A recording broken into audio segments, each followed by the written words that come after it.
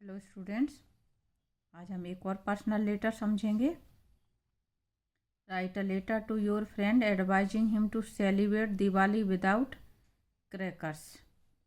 बगैर आतिशबाजी के दीपावली मनाना।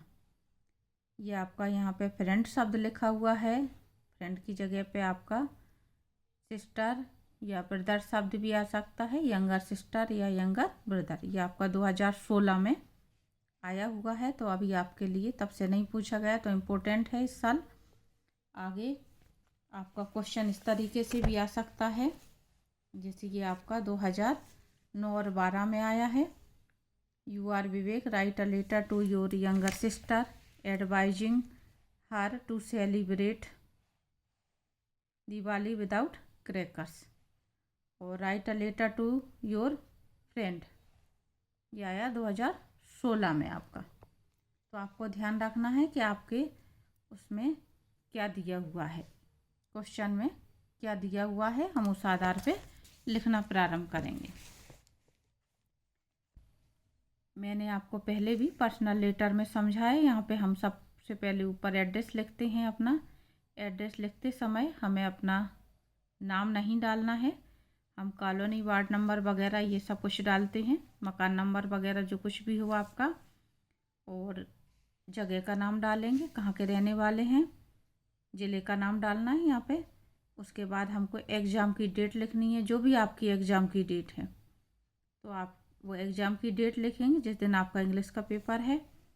और यहाँ पे dear friend, dear sister, dear brother, जिसके लिए पत्र लिखने को कहा गया है आपको वही लिखना है। और उसके बाद आप वही पैराग्राफ लिखेंगे जो मैंने आपको बाकी पर्सनल लेटर में समझाया है। ये मैंने एक पैराग्राफ जो बना रखा है, आप किसी भी पर्सनल लेटर में इसको, चाहे मित्र को लिखें या छोटे बहन को या छोटे भाई को, उसमें यूज कर सकते। देखें, I am quite well here and hope you will be fine there. मैं यहाँ पर कुशल पूर्वक हूँ और आशा है कि आप भी कुशल पूर्वक होंगे। I received your letter today, मुझे आज आपका पत्र प्राप्त हुआ।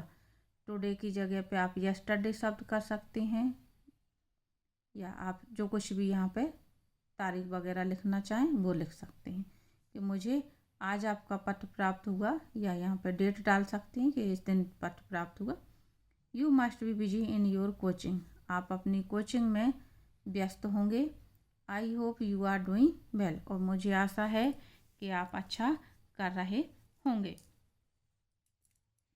आगे हमारा सेलिब्रेट दिवाली के लिए ये प्रारंभ होता है paragraph. Dear friend,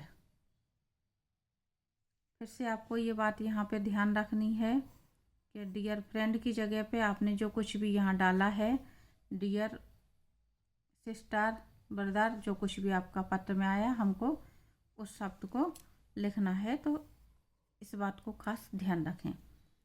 dear friend, यहाँ पे अभी मैं फ्रेंड के लिए बता रही हूँ। Dear friend, as you know your favourite festival Diwali is coming near. प्रिय दोस्त, जैसा कि तुम्हें पता है तुम्हारा प्रिय त्यौहार दीपावली आ रहा है। Diwali is the festival of lights and joy. Deepawali जो है वो प्रकाश का और खुशियों का त्यौहार है। On this day every children eat sweets and play with fireworks and crackers. इस दिन बच्चे, on this day every children, इस दिन प्रत्येक बच्चा क्या करता है, सभी बच्चे मिठाइयाँ खाते हैं और पटाखों से, आतिशबाजी से खेलते हैं। But exploding crackers on Diwali pollute the atmosphere.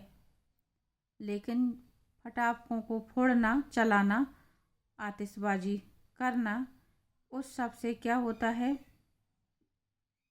Pollution, यानी कि जो वातावरण है, एटमॉस्फेयर यानी वातावरण, हमारा वातावरण प्रदूषित होता है। समटाइम्स एक्सीडेंट टेक प्लेस, कभी कभार क्या हो जाती हैं, दुर्घटनाएं भी हो जाती। Sometimes accident take place and children get injured.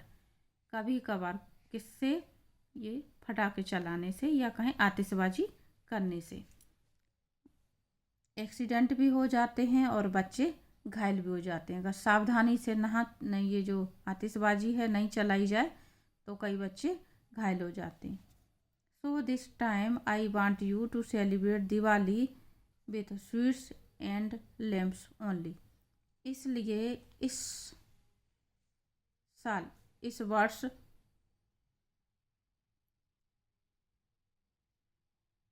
मैं ये चाहता हूँ कि दीपावली किससे मनाई जाए, सिर्फ मिठाइयों और दीपक से ही मनाई जाए। By doing so, our environment will remain pollution free and you will enjoy this festival without any harm and injury. By doing so, our environment will remain pollution free, यानी ऐसा करने से, यानी आतिशबाजी न चलाने से हमारा जो वातावरण, पर्यावरण है, एनवायरनमेंट, पर्यावरण, वह पॉल्यूशन फ्री रहेगा, यानी प्रदूषण मुक्त रहेगा। And you will enjoy this festival without any harm and injury, और आप भी इस त्यौहार का मज़ा बिना किसी नुकसान और परेशानी के मना सकेंगे।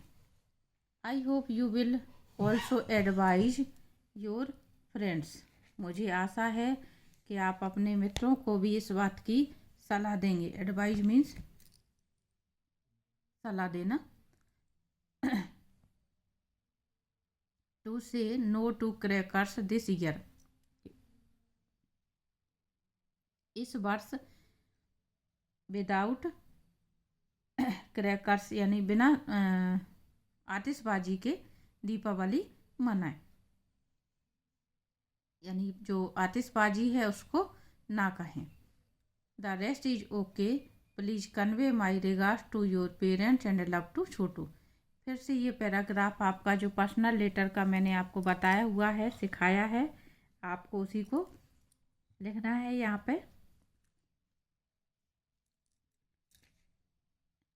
यहाँ पे योर पेरेंट्स, अगर आप अपने छोटे भाई या बहन को लिख रहे हैं तो यहाँ पे योर पेरेंट्स नहीं आएगा, आवर पेरेंट्स आएगा, ये बात ध्यान रखनी है। या फिर यहाँ पे ग्रैंड पेरेंट्स शब्द का प्रयोग आप कर सकते हैं। और योर्स ट्रूली, योर्स लविंग, इस तरह से आपको यहाँ पे लिखना है। और अगर क्वेश्चन में आपका नाम दिया हुआ है यू आर करके, जैसे मैंने अभी क्वेश्चन में आपको बताया था एक में, यू आर विवेक, यहाँ पे अगर लिखा हुआ आ रहा है तो आपको यहाँ पे विवेक शब्द ही लिखना है, वरना आपके नंबर यहाँ पे कट जाएंगे। तो ये बात आपको ध्यान रखनी है। तो ये लेटर थोड़ा सा बड़ा ज़रूर है, लेकिन मैंने कोशिश की है कि भाषा बिल्कुल सरल है, आप छोटे छोटे से सेंटेंस ट्रांसलेट करके लिख सकते हैं। फिर भी अगर आपको बड़ा लगे तो यहाँ पे ये जो शुरुआत की लाइन है आप छोड़ना चाहें तो छोड़ सकते हैं। Dear friend, as you know your favourite festival Diwali is coming near. ये लाइन, दो लाइनों को आप छोड़ सकते हैं। Diwali is the festival of lights and joy, यहाँ से लिख सकते हैं। ट्रांसलेशन करके अगर आप याद करेंगे हिंदी को ध्यान में रख कर के अनुवाद को, तो आपको ये लेटर बिल्कुल भी मुश्किल नहीं लगेगा। इसमें जो सेंटेंस आए हैं आप डेली यूज में थोड़ा सा बोलने की प्रैक्टिस कर लें तो ये और आसान हो जाएगा।